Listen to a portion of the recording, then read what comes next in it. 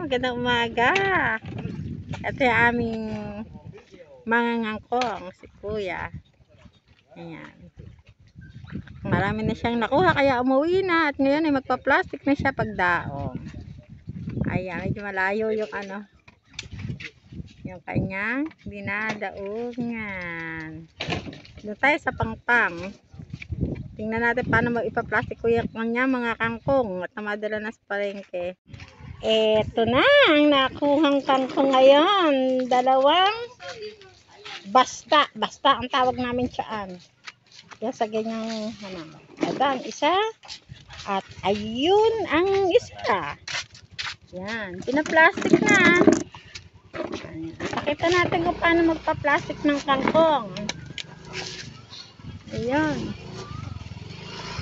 Kasi nga may dumaan kaya ganon.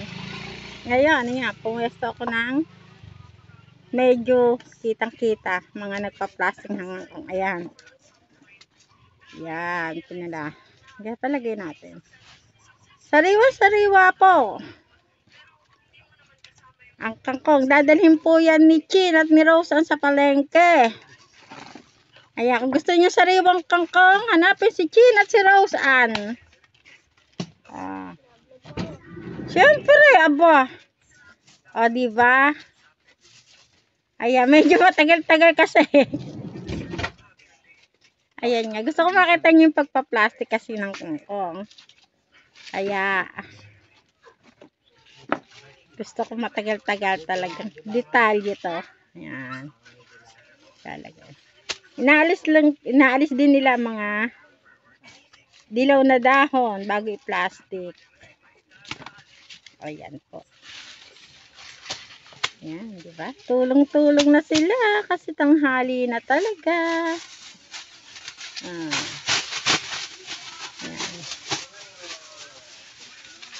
Ayun, ganon. Isushoot. Isushoot. Tapos tataktak. Ayan. Ayan na po. Okay, ngayon. Ayan. Eto na. Ang mga pandala nila sa palengke. At dadalhin na po yan ngayon. Ayan. Ayan, diba? Fresh na fresh. Ang mga kangkong. At sundan natin hanggang sa palengke. Ayan, dito na tayo sa palengke ng Batangas. Bagsak. Traffic. Alakad.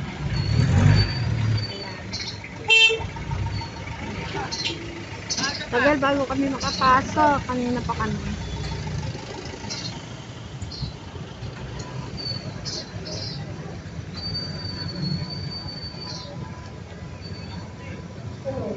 Ayan. Dispose na kami ng kangkong. Ayan. Ayan. Bebenta na po. Ng kangkong. Dumating na kami sa palengke. Ayan. Marami nang nabenta. O, kalahati na. Kadadating pa lang. Ayan. Pagkatapos po ng 2 oras namin pagtitinda, ito na lang po ang kalakal. Tatlong pirasong plastic na nakangkong. At namimili po kami ng pang-uwi sa amin. Titinda naman po sa amin. Gusto kami. May kaprasong talpotado po. Mamaya pakikita ko sa inyo kung ano aming napamili.